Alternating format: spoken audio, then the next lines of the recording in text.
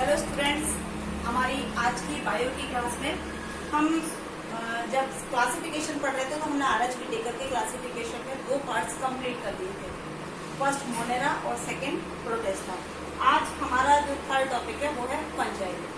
Fungi जिसको हम कहते हैं कवक।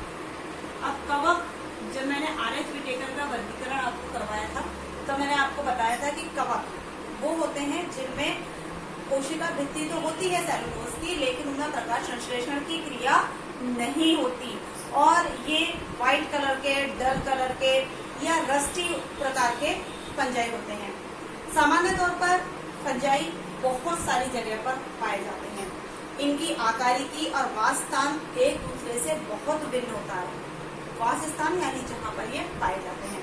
अगर स्थिति के आधार पर देखें तो ये बहुत सारी जगह पर, जैसे नम रोटी पर भी पाए जा सकते हैं, सड़े गले फलों पर भी पाए जा सकते हैं या पेड़ पौधों की पत्तियों पर भी पाए जा सकते हैं। कुछ जीवों में परजीवी के रूप में भी रहते हैं, लेकिन कुछ ऐसे भी हैं जो पेड़ पौधों में रोग भी उत्पन्न करते हैं कवक।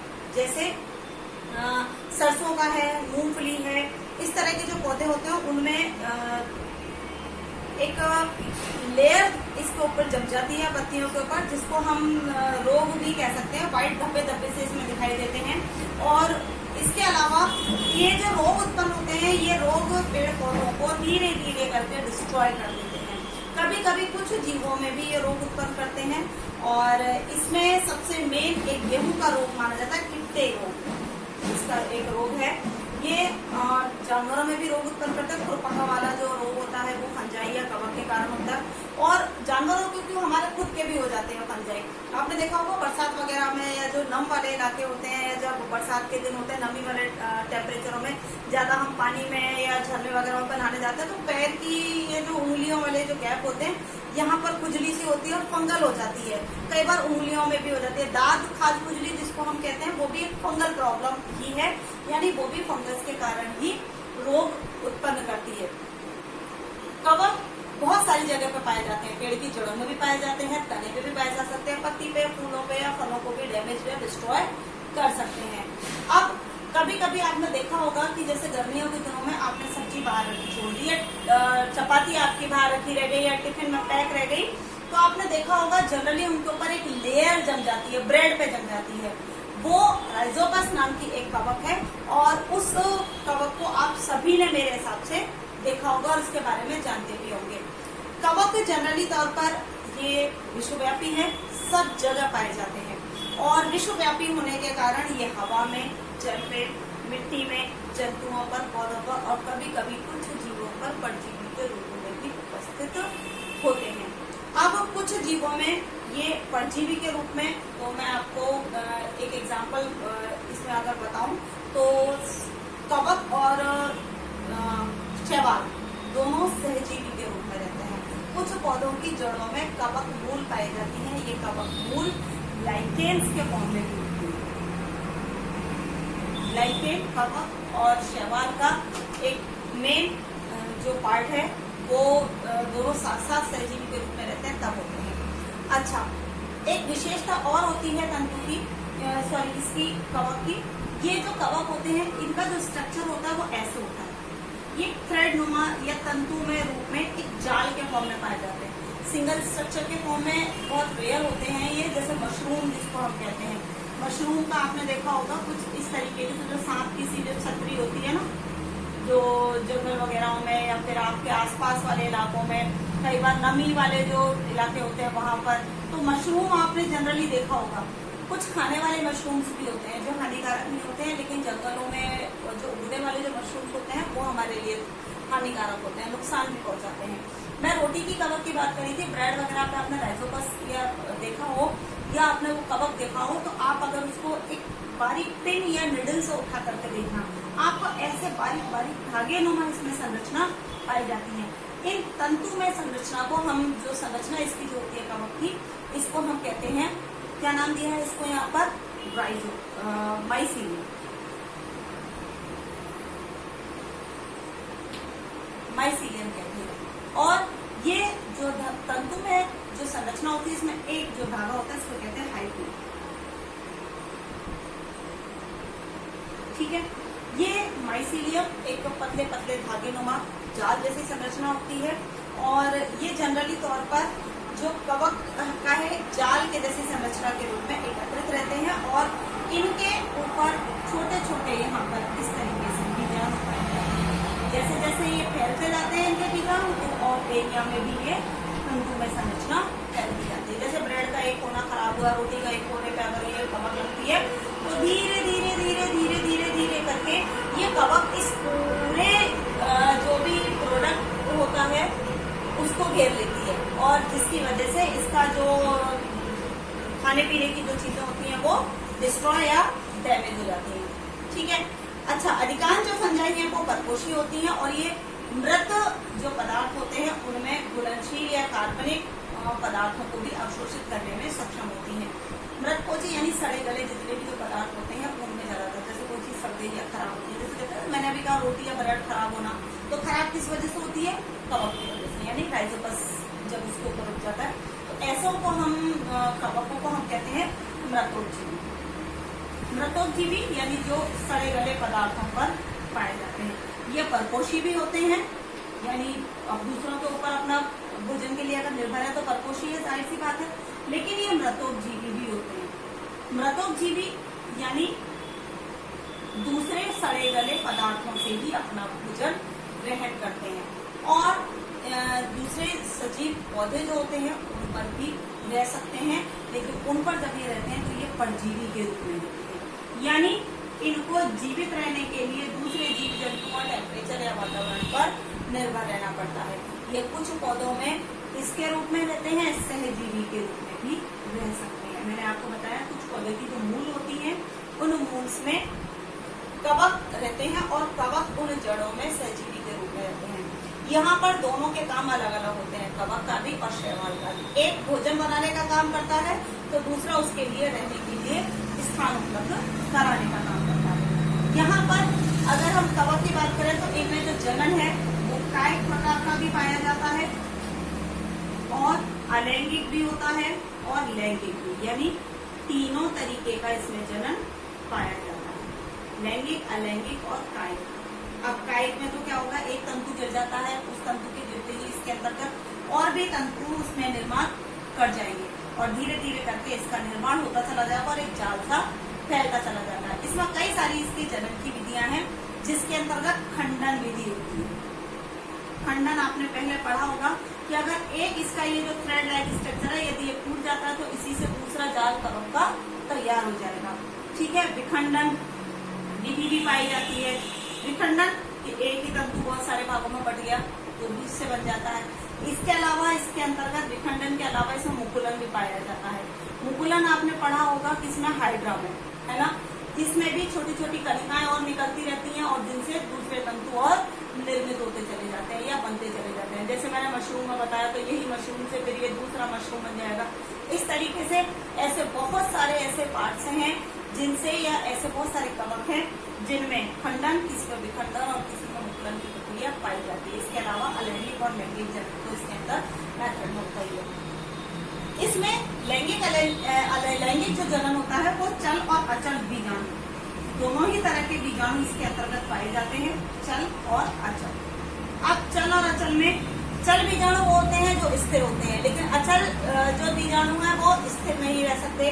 अब अचल वाले, जल वाले जिनमें फ्लोमेंट्स पाए जाते हैं, तंतु होते हैं जिससे वो फ्लोट करके एक स्थान से दूसरे स्थान तक चले जाते हैं। अचल जो मूव नहीं कर सकते, एक ही जगह पे रहते हैं।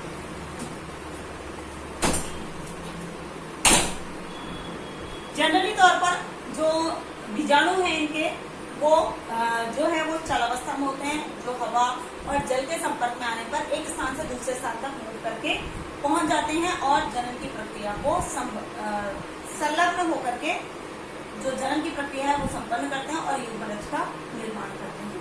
ठीक है। अच्छा, अब इस कवक का, क्योंकि जिस प्रकार से हमने अभी तक मोनेरा देखा, प्रोटिस्टा देखा, ऐसे ही फंजाई भी एक बहुत बड़ा जगत है। बहुत बड़ा जगत से मतलब है कि हमारे एनवायरनमेंट में बहुत सारे प्रकार के फंजाई पाए जाते हैं या कवक पाए जाते हैं। अब क्योंकि मैंने आपको बताया कि ये नम जगहों पर पाए जाते हैं, जमीन में मिट्टी में भी पाए जा सकते हैं, गर्म जगह भी हो सकते हैं, ठंडी जगह भी हो सकते हैं, और पेड़ पौधों पर भी हो सकते हैं, और जीव जंतुओं पर भी हो सकते हैं। जब इसमें इतनी सारी वैरायटीज हैं तो इसके आधार पर इनको 4 भागों में विभाजित किया गया है।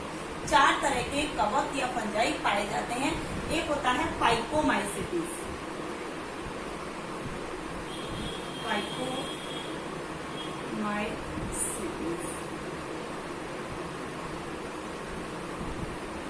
ठीक है।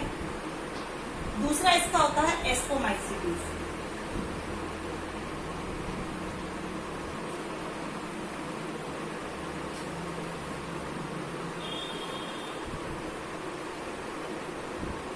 तीसरा इसमें होता है बेसिडोमाइसीटीज,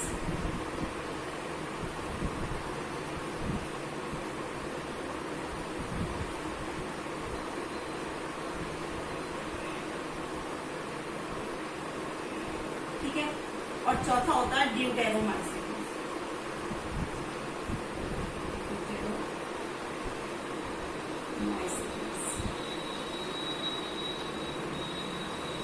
इस तरीके से ये 4 प्रकार के हमारे पास फंजाई हमारे सिलेबस में होते हैं। अब सबसे पहले हम फाइको की बात करते हैं। फाइकोमाइसीटीज ये ऐसे माइसीटीज होते हैं जो जलीय आवास में सड़ी गली जो लकड़ी होती है, अभी जैसे पेड़ के आसपास क्योंकि नम टेम्परेचर हो जाएगा, नम टेम्परेचर होने की वजह से नमी हो जाएगी, तो लकड़ियों में जैसे फंगस लग जाते हैं ना, बरसात के दिनों में दरवाजे बंद नहीं होते हैं, सफेद सफेद कवक इसके ऊपर छा जाती है, तो वही जो फंगस होती है वो फाइकोमाइसीटीज होती है। ये लकड़ी पर, नम और सीलन भरे स्थानों पर, पौधों पर अविकल्पी परजीवी के रूप में पाया जाने वाला फंजाई है। और ये फंजाई बहुकेंद्रकीय होते हैं, कवक जाल होता है इनका, बहुकेंद्रकीय अपटीय होते हैं, यानी इनमें जो पार्टीशंस नहीं होते हैं। जैसे कुछ ऐसे हैं जिनमें ये पट पाए जाते हैं, इनमें इस प्रकार की कोई भी संरचना नहीं पाई जाती है। और बहुकेंद्रकीय होते हैं, यानी इनके अंतर्गत केंद्रक बहुत अधिक संख्या में पाए जाते हैं। ये बीजाणुधानी में अंतराजीवी उत्पन्न करते हैं। 2 युग्मकों के संलयन से ही इसमें युग्माणु का निर्माण होता है, और ये युग्मकों की एक आकारिकीय एक जैसी संरचना या बना सकते हैं, जिसमें समयुग्मजी और विषम युग्मजी दोनों ही प्रकार के होते हैं, ठीक है। इसका जो एग्जाम्पल है वो सबसे मेन एग्जाम्पल मैंने आपका रोटी पर पाए जाने वाली जो कवक है, इसका जो एग्जाम्पल है वो है म्यूकर और ब्राइटिकस। ये 2 मेन फंजाई हैं जो इसके अंदर फाइकोमाइसीटीज के अंतर्गत आती है। कुछ ऐसे भी हैं जो रोग उत्पन्न करते हैं, वो है एल्ब्यूको, जो सरसों में रोग उत्पन्न करते हैं, एल्ब्यूको। ये परजीवी के रूप में पाया जाने वाला कवक, ठीक है। दूसरे एस्कोमाइसीटीज। एस्कोमाइसीटीज ये थैलस फंजाई है। थैलस फंजाई जिनकी जो संरचना होती है वो गद्दीदार या जैसे कहते हैं सॉफ्ट। कभी आपने इसको कंजी जो छाई रहती है, कभी उसको टच करके देखा होगा, तो वो ग्रीन कलर की होती है, लेकिन आप उसको टच करके देखो तो वो टच करने में ऐसी गुदगुदी सी, सॉफ्ट सी, लचीली सी। ऐसे ही जो एस्कोमाइसीटीज है वो भी ऐसे थैलस नुमा संरचना के रूप में पाए जाते हैं। ये एक कोशिकीय होते हैं, और कुछ इसके अलावा बहुकोशिकीय भी, जैसे ईस्ट इसमें एक कोशिकीय होता है, लेकिन इसके अलावा पेनिसिलियम है और भी जो है वो बहुकोशिकीय होते हैं। कुछ मृतोपजीवी हैं जो अपघटक के रूप में भी पाए जाते हैं, और कुछ फलजीवी के रूप में भी होते हैं। एक शम्लरागी भी होते हैं जो पशुविष्ठा पर भी उगते हैं। पशुविष्ठा जैसे कुछ जीव जंतु जब जैसे जो अपने अपशिष्ट पदार्थों को शरीर से जब उत्सर्जित कर देते हैं, तो उन पर जो उगने वाले जो कवक होते हैं वो पशुविष्ठा पर पाए जाते हैं, उनको शम्लरागी जिनको हम कह सकते हैं। ये कवक जलशाखित तो या पट्टीय प्रकार के होते हैं। यहाँ पर ये पट्टीय, यानी इनमें कैसे इस प्रकार की पट्टे जैसी संरचना इनके अंतर्गत बीच में पाई जाती है, लेकिन इनमें जाल नहीं पाया जाता।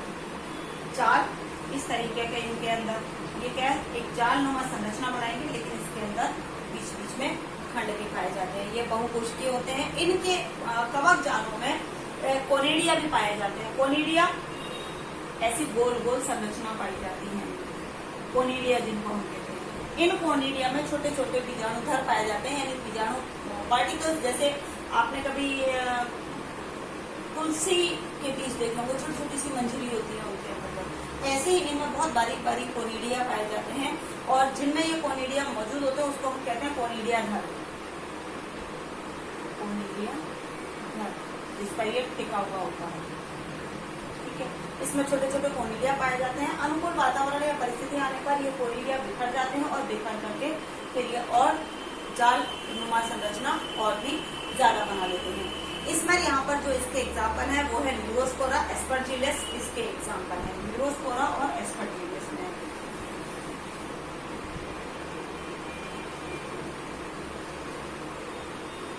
न्यूरोस्पोरा और एस्परजिलस,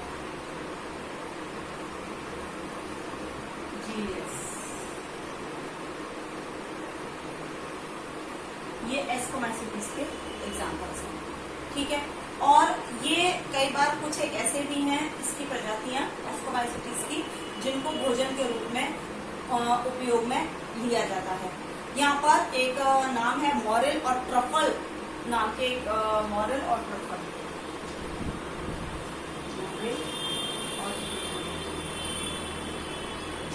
ट्रफल ऐसे फंजाई हैं जिनको भोजन के रूप में उपयोग में लिए जाते हैं। ये बहुत टेस्टी भी होते हैं और इनमें पोषक तत्व मौजूद होते हैं, इसलिए बहुत सारे ऐसे क्षेत्र हैं देश विदेश में जहाँ पर इनको उपयोग खाने के लिए भी किया जाता है, ठीक है। और कुछ ऐसे भी हैं जैसे ड्रोसोफिला वगैरह जो पौधे होते हैं, उन पौधों के समान कुछ प्रसिद्ध भी हैं इसके, जो पादप जगत के अंतर्गत जो कवक हैं वो, ठीक है। उसके बाद आती है बेसिडोमाइसिटीज, यानी तीसरी। अब बेसिडोमाइसिटीज जनरली तौर पर मशरूम या ब्रैंक फंजाई जो होते हैं, जिनको हम कहते हैं ब्रैंक फंजाई, वो इसके अंतर्गत बेसिडोमाइसिटीज के अंतर्गत पाए जाते हैं। सामान्य तौर पर ये मिट्टी के लट्ठे पर या वृक्ष, जैसे कोई वृक्ष हमने काट दिया, उसके जो ठूंठ हो गई या कोई डाली टूट गई तेज आंधी अंदर में, और उसके बाद बरसात हुई या नमी हुई, तो उन जो जैसे कोई वृक्ष ये जैसे ठूंठ यहाँ पर हुई, ये टूट गया, तो इस पर भी पाए जाएंगे। या कभी कभी कोई पेड़ गिर जाता है तो उसके लट्ठे पर या उसकी डंडे पर ये इस प्रकार के जो फंजाई होते हैं बेसिडोमाइसिटीज, ये उस पर उग जाते हैं। ये भी जाल के रूप में, कवक जाल के रूप में होते हैं, शाखित होते हैं, पट्टीय होते हैं। और इसका एक एग्जाम्पल मैंने बताया था आपको, किट रोग। ये जो किट रोग है, ये सरसों में होने वाला एक रोग है, या गेहूं में सॉरी होने वाला एक रोग है, जिसकी वजह से ये सामान्य तौर पर जो बीज है उसको नष्ट कर देते हैं और व्हाइट पाउडर पाउडर सा उसमें बन जाता है इस फंजाई की वजह से, बेसिडोमाइसिटीज फंजाई। इनमें अलैंगिक जनन के लिए इसमें बीजाणु नहीं पाए जाते, लेकिन इनमें कायिक जनन, सामान्य तौर पर जो खंडन वाली जो विधि होती है जनन, वो खंडन वाली, खंडन से मैंने बताया था आपको कि अगर एक खंड टूट जाता है, जैसे इसमें छोटे छोटे खंड है, अब ये खंड अगर टूट के कहीं गिर गया तो इससे क्या होगा, और भी दूसरे बेसिडोमाइसिटीज जो फंजाई होंगे वो इसके अंदर उगते चले जाएंगे। और ये अधिकांशतः जो नम वाले इलाकों में, क्षेत्रों में, या पेड़ पौधों की जो शाखाएं या जो रूट वगैरह जो होते हैं उन पर पाए जाने वाले रोग हैं। ये परजीवी के रूप में पेड़ पौधों पर रहते हैं और उनमें कई प्रकार के रोग भी उत्पन्न करने में सक्षम होते हैं। पिक्सीनिया, इसी जो किट फंगस नाम का जो रोग है, ऑस्ट्रेलेगो और किट रोग जो उत्पन्न होता है, ठीक है, जिसको हम कहते हैं पिक्सीनिया।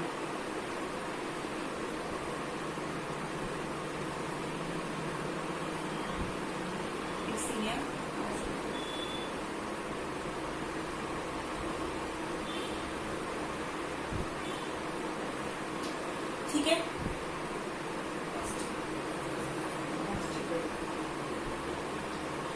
ठीक है, ये बेसिडोमाइसिटीज प्रकार के फंजाई है। अच्छा, लास्ट आती है ड्यूटेरोमाइसिटीज। ड्यूटेरोमाइसिटीज ये अपूर्ण कवक माने जाते हैं क्योंकि इनमें केवल अलैंगिक जनन होता है, लैंगिक जनन नहीं पाया जाता। कायिक अवस्था भी इसके बारे में अभी तक जो वैज्ञानिक है वो ढूंढ नहीं पाए हैं। इसमें कुछ विशिष्ट प्रकार के जो फंजाई आते हैं उनको इसके अंतर्गत रखा गया है। ड्यूटेरोमाइसिटीज जो जिनके अंतर्गत, जीवों के अंतर्गत ज्यादातर लैंगिक प्रकार का जनन पाया जाता है और ये पट्टीय प्रकार के और शाखित प्रकार के जो है वो होते हैं। इनमें अल्टरनेरिया और कैलिनोट्राइफो या ट्राइकोडर्मा प्रकार के जीव या फंगस पाए जाते हैं ये सजीवों में। या पेड़ पौधे या जंतुओं में रोग उत्पन्न करने वाले कुछ एक ही इसकी प्रजातियां मौजूद है। और मैं आपको अल्टरवेरिया इसका नाम बता देती हूँ कोर्ट में, क्योंकि अभी तक इसमें ज्यादा प्रजातियां या ज्यादा इसके बारे में डिटेल जो वैज्ञानिकों ने है वो दी नहीं है। ठीक है, ट्राइकोडर्मा या अभी तक वो ढूंढ नहीं पाए इसलिए। ठीक है, ये 4 प्रकार के फंजाई होती हैं। अब इन फंजाई के बाद हमारा आरएच विटेकर का जो नेक्स्ट टॉपिक बचता है वो बचता है हमारा पादप जगत। पादप जगत क्योंकि हमारा जो नेक्स्ट जो चैप्टर है 3rd या 4th चैप्टर जो है वो 3rd चैप्टर, उसमें पूरा प्लांट का क्लासिफिकेशन आएगा। उसके अंतर्गत हमारे आसपास के वातावरण में जितने भी इस पृथ्वी पर पाए जाने वाले पेड़ पौधे हैं उनका वर्गीकरण किया गया है। ठीक है, तो वहां पर पूरा डिस्क्रिप्शन आएगा। लेकिन मैं बता देती हूँ आपको कि पादप जगत में पाए जाने वाले जितने भी जो पेड़ पौधे हैं उनको कितने भागों में बांटा गया है। सबसे पहले आता है शैवाल, जिसको हम कहते हैं algae.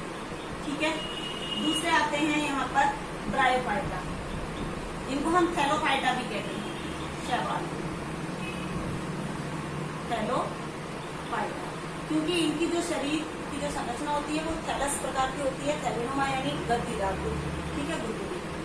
Thallophyta, bryophyta,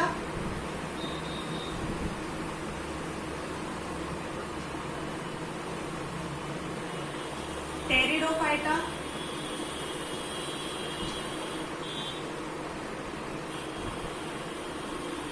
Thallophyta, bryophyta, pteridophyta और उसके बाद एंजियोस्पर्म और जिम्नोस्पर्म। ठीक है,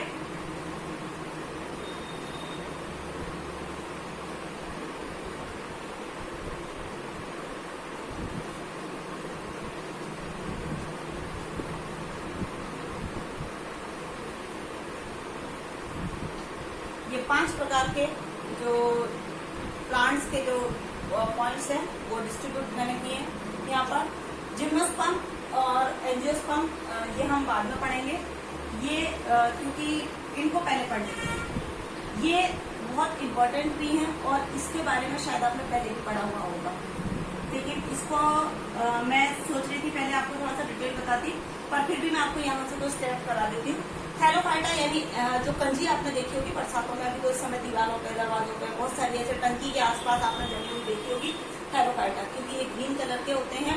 बॉडी इनकी थैलस होती है, गद्देनुमा होती है, शाखित होते हैं और पट्टीय प्रकार के होते हैं। ब्रायोफाइटा जो होते हैं ये अल्प विकसित पौधे होते हैं, इनमें जड़ तना पूरी तरह से विकसित नहीं होता। ऐसे ही इसमें भी खंड नहीं होते ना, जड़ तना पत्ती कुछ नहीं दिखाई देती, बस हरा हरा दिखाई देता है।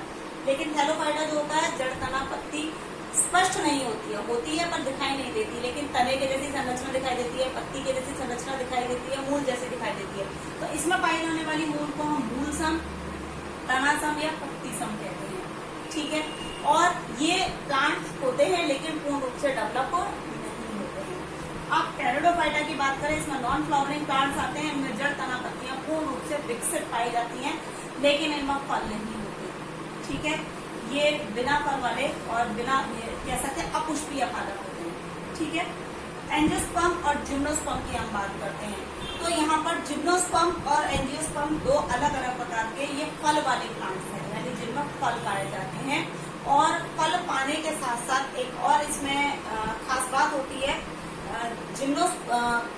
एंजियोस्पर्म में कि इनमें फूल भी आता है और फल भी बनता है, और फलों के ऊपर एक आवरण भी पाया जाता है जिसको हम आवर्त बीजी पादप भी कह सकते हैं। और जिम्नोस्पर्म अनावर्त बीजी होते हैं, यानी इनके बीजों के ऊपर आवरण नहीं पाया जाता, ये सिंपली फ्लावर होते हैं। और इसका एग्जाम्पल है साइकस और फाइनस, जो बहुत रेयर मिलने वाले प्लांट्स होते हैं, हर जगह नहीं होते हैं। लेकिन एंजियोस्पर्म जो होते हैं वो सब जगह पाए जाते हैं। एंजियोस्पर्म के अंतर्गत जितने भी जो प्लांट्स आते हैं उनको 2 पार्ट्स में डिवाइड किया गया है, और उसमें आते हैं मोनोकोट और डाइकोट, यानी ऐसे पौधे जिनके बीज 2 भागों में बढ़ जाते हैं उनको हम कहते हैं द्विबीजपत्री, और जिनके नहीं बढ़ते उनको हम कहते हैं एकबीजपत्री। ठीक है, इसके बाद फंजाई के बाद आता है आपका प्लांट्स के बाद आता है आपका टॉपिक एनिमेलिया। आरएच विटेकर वाला वर्गीकरण ही चल रहा है। ठीक है, एनिमेलिया। इस एनिमेलिया के अंतर्गत पृथ्वी पर पाए जाने वाले सभी जंतुओं को रखा गया है। इसका भी पूरा एक आपका चैप्टर है जिसमें पूरे क्लासिफिकेशन दे रखा है। इसमें पृथ्वी पर पाए जाने वाले, जल में पाए जाने वाले सारे जीव जंतुओं को इसके अंतर्गत रखा गया है, जिसके अंतर्गत आपके पॉलीफेरा, सिलेंट्रेटा और सीलेंट्रेटा, टीनोफोरा, प्लेटीहेल्मिन्थिस, एस्कीहेल्मिन्थिस, इकाइनोडर्मेटा, कॉर्डेटा, सारे एनिमल्स इसके एनिमेलिया फैमिली के अंतर्गत, ये जगत के अंतर्गत आते हैं।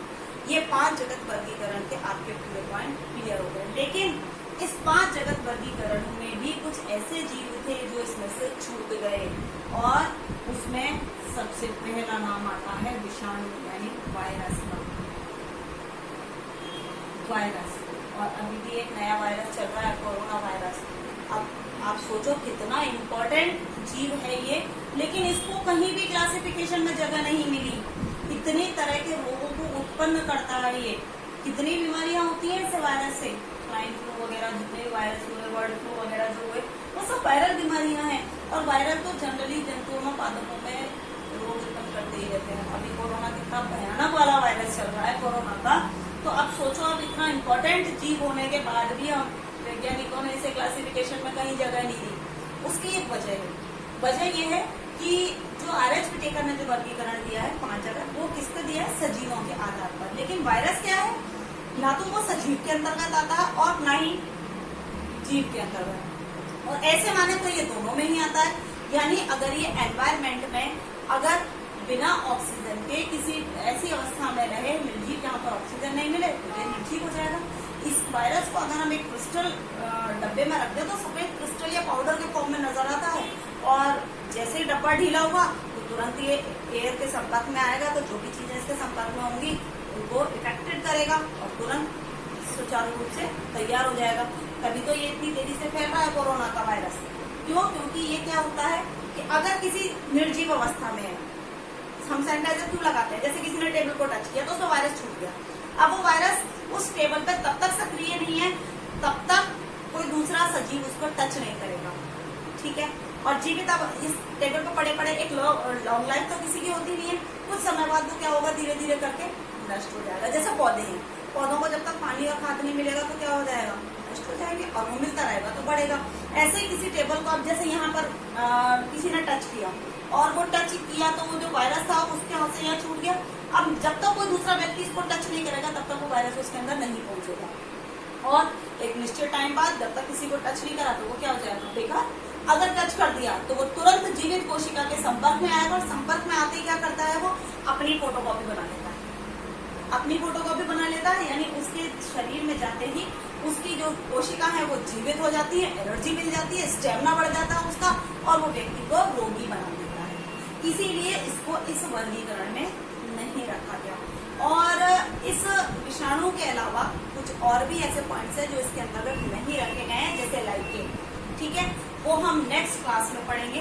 क्यों? क्योंकि यहाँ पर हमारे जो टॉपिक्स हैं वो कई सारे टॉपिक्स हैं। विषाणु के अलावा इसके अंतर्गत यहाँ पर वायरस के अलावा लाइकेन भी आते हैं, वीरोइड्स भी आते हैं, वो सब इसके अंतर्गत रखे गए हैं। सबसे पहले टोबैको मोज़ोक वायरस पे इसकी पहचान की गई थी, ठीक है, और यानी तंबाकू के ऊपर उसको टोबैको मोज़ोरस नाम दिया गया, जिसको हम जीवाणु खोजी भी कहते हैं। कभी आपने उसका डायग्राम देखा होगा, विषाणु का जो डायग्राम होता है मशीन की तरह डायग्राम होता है, क्लियर किसी कीटाणु के जैसा नहीं होता है, ठीक है। तो हम अपनी जब नेक्स्ट क्लास होगी तो उसमें ये विषाणु, वीरोइड और प्रियॉन और लाइकेन जो टॉपिक हैं छोटे छोटे, इन टॉपिक्स को करेंगे, ठीक है। Okay, bye, thank you.